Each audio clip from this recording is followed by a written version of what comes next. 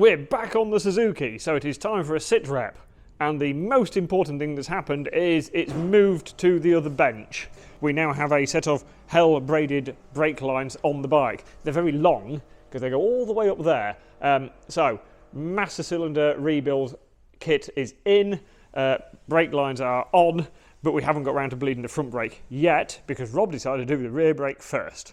Again, Hell brake line running from the master cylinder all the way down to the rear caliper, loops around there. It's again quite a long brake line, and then to the bleed nipples.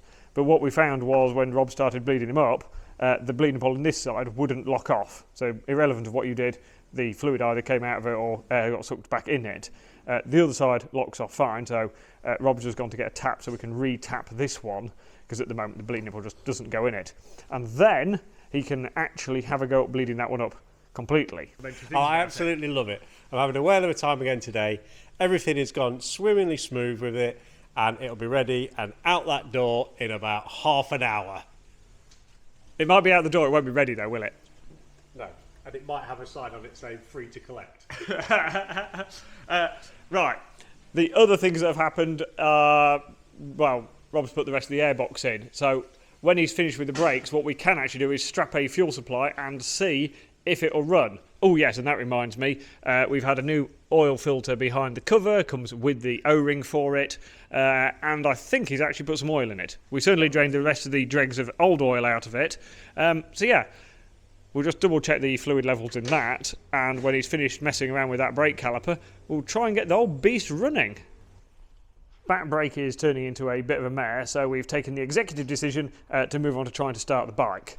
So, before we actually try and start it, we're hooking up a dummy fuel tank, a little colostomy bag tank over there, hook that up to the carbs, but before we turn the tap on, we're putting some rag on top of the engine because I'm not convinced the paint on the engine is going to survive having petrol poured on it very well, and so we're putting rag on top of the engine so that when we turn the fuel on, if the carbs leak, there is a fighting chance that the paint on the engine isn't going to just pour onto the floor.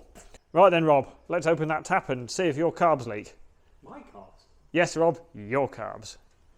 Obviously, if they're perfect, they're our carbs. Right, we have no leakage as of yet, and it's emptied plenty of fuel out the colostomy bag. So, I think it's time, Rob, to stop playing with the horn and see if we can start this motorcycle. Is it in neutral? Yes. Yes. Shall we have some choke? Let's have some choke. Pull your knob, Rob. We have a choke. It's alive! Right, let's see when the oil I tell you what, Rob, and I'm not joking, this thing is absolutely stone cold. That is probably the first time this has run. This is probably the first time it's run in at least 5 years. That's not bad, Rob. That's actually quite smart. Woo! Can we go home now? No, we've got to start that rear brake out. Right, oil light's gone out, engine is running lovely, rev counter doesn't work. But I think what we'll do is turn it off and recheck the fluid levels. But I'm going to call that most of the success for today because everything else we've touched so far has gone to pot. Rob did a thing. I built this. Right, we've done a lovely thing putting this Suzuki together. Whoa. We. Yeah. Rob? The good news is the Suzuki has moved. The bad news is it's nearly July and we haven't finished it yet because been kind of busy with TT and superbikes, and I'm going to be honest, this hasn't been priority, but we are now making progress. It has handlebar grips on it. They are OEM style, just without the OEM price tag. We've attached the number plate on it, but the next job we really need to do is balance the carbs. So to balance the carbs, we have a dummy fuel tank set up, just gravity fed, and basically what we're doing is using the little tubes here. They measure the vacuum in the inlet tracts, and depending on how open the butterfly is on the carbs, depends on how much vacuum you suck in your inlet. And to get all the carbs to do the same thing, you can basically tweak how open the butterfly is, and on your carb balancer you'll see the tubes going up and down as to show the vacuum, and then it'll all make sense.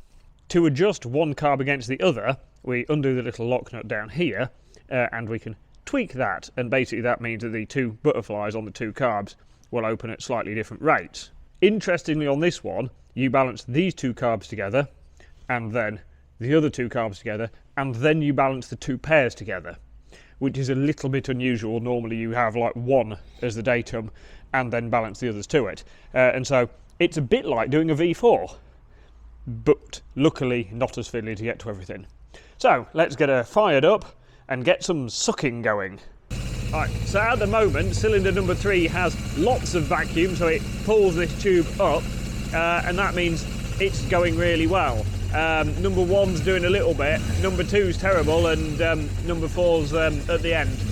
So we need the bike to be warm before we start doing any adjustments on it, and then when it's warm and ticking over relatively well, we'll start adjusting these little screws, and that will help us get all of these sort of lined up together. Rob's going to tweak that, and as he tweaks that, we're trying to get number 4 and number 3 to do something remotely similar. Similarly. They're going to try and get those to do the same. Right, look at that. They're nearly level now. So they're pretty good. I think we ought to do cylinders 1 and 2 next. Right, and after a few minutes of tweaking, they do vary a bit at tick over. But when you've actually got the throttle open, as you would be when you're riding your motorbike, they're actually pretty equal. And don't go wrong, we'll probably let it get even warmer and just have a last little play, but I'm going to say that they're pretty good. Look at that. At tick over, nice and even. Right, number 1 and number 4 are actually supposed to be a tiniest little bit higher than 2 and 3. And that apparently is to actually make sure the crank is loaded up slightly so that it doesn't sort of chunter and chatter as much. So having them actually slightly off perfect is how the book actually tells you to do them. But that runs like a dream. Are you happy, Rob? Yes, very happy, because again, it means it's one step closer to going. One other slight interesting thing is the rev counter works incredibly slowly, but apparently they're just like that. And as if by magic, the Suzuki is finished. There was a couple of little details we've done in the last couple of days, rigging the fuel tank up, checking the fuel tap works and making sure it runs actually correctly on its own fuel tank. And it's even been around the corner to B&B Motorcycles, because I wanted them to cast their eye over it and basically give it a fake MOT, because it's actually too old to need an MOT, but go through the safety checks you check at an MOT. So make sure the brakes actually work, make sure all the bearings and bits that we've done are correct and nothing has play in it, and basically give the bike a good safety check over. Just for peace of mind, because we've spent a lot of hours on this bike, but it's always nice to make sure somebody else has checked it over as well. So Rob has done the majority of the man hours on this bike, and that has been 120 man hours going into this. So Rob, I know you've thoroughly enjoyed it, but talk me through your favourite bits of the Suzuki. Favourite bits you want? Right. Favourite bits. There was the... So which bits have been most educational, Rob? All of it. Do you know what? I've thoroughly loved working on this bike. It's been one of the most enjoyable experiences I've ever experienced.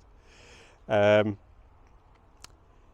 she's done. She's done, and she is going to go to her owner. I won't lie, I'm pleased. But I think she's turned out all right. It's definitely caught some attention of visitors to the workshop as we've been building her up, and it's been a challenge, but she's done. That's the main thing.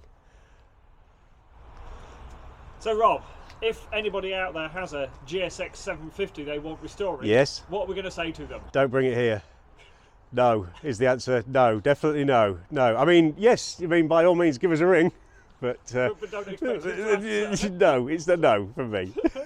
I'm out. But hopefully she'll start. And there she purrs. Onto the button. Straight away. Bit of choke. Doesn't she sound powerful?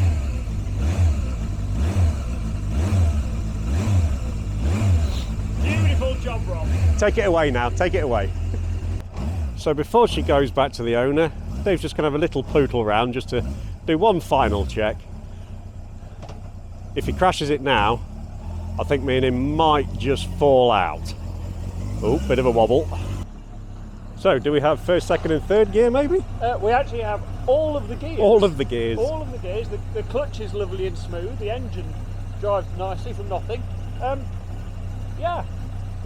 That's big. That is quite heavy, but it is a complete functional motorcycle.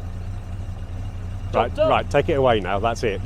We're not doing any more on it. Take it away. Okay. Off you go.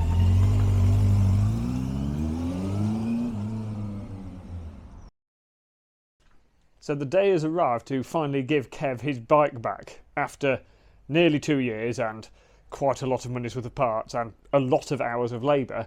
The Suzuki is done and ready to drop off. And also, if we just look on the wall of Kev's garage, we can tell he's a man of excellent taste. Joey Dunlop, a Lancaster bomber. This is a man who knows a good machine.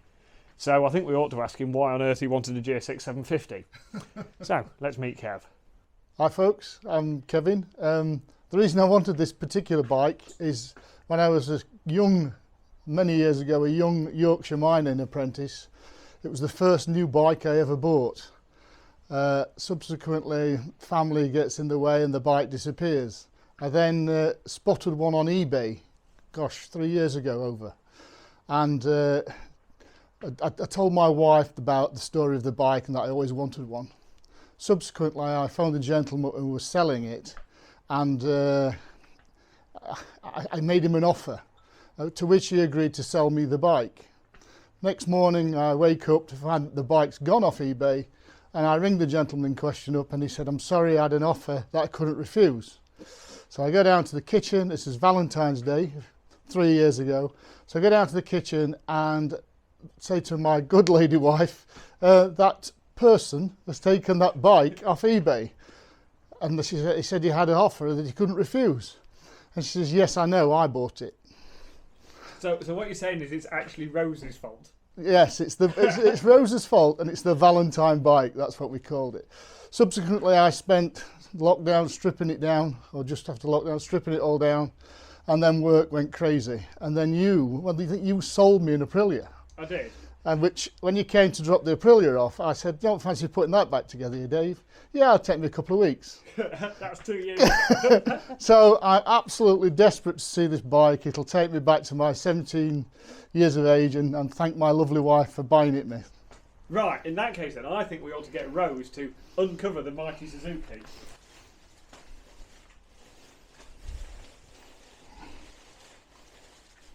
Easier said than done. My God. Dave, that's the wrong bike. What, you wanted a Honda? Jesus Christ.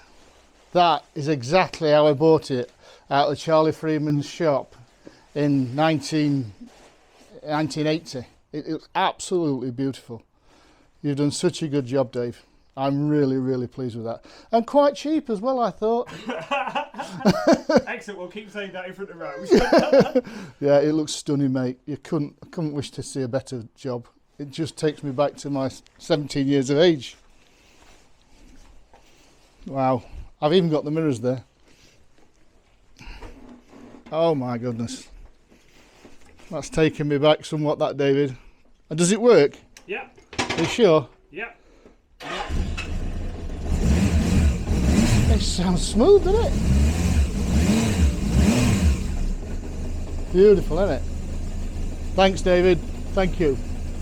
I recommend Obsession Engineering, just not the bill. So obviously it's great for us to see that Kev is actually happy with his bike, because after all the time and effort and money that's gone into that, it's just a relief that he's pleased with his new toy. That's an old toy. So unfortunately, outside it is absolutely tipping down with rain, so it is definitely not test ride weather. But hopefully, come the new year, when the roads are dried out, we can actually get out and have a spin on that and see how dreadful it really is. But until then, please keep watching Obsession Engineering for some more motorbike fun.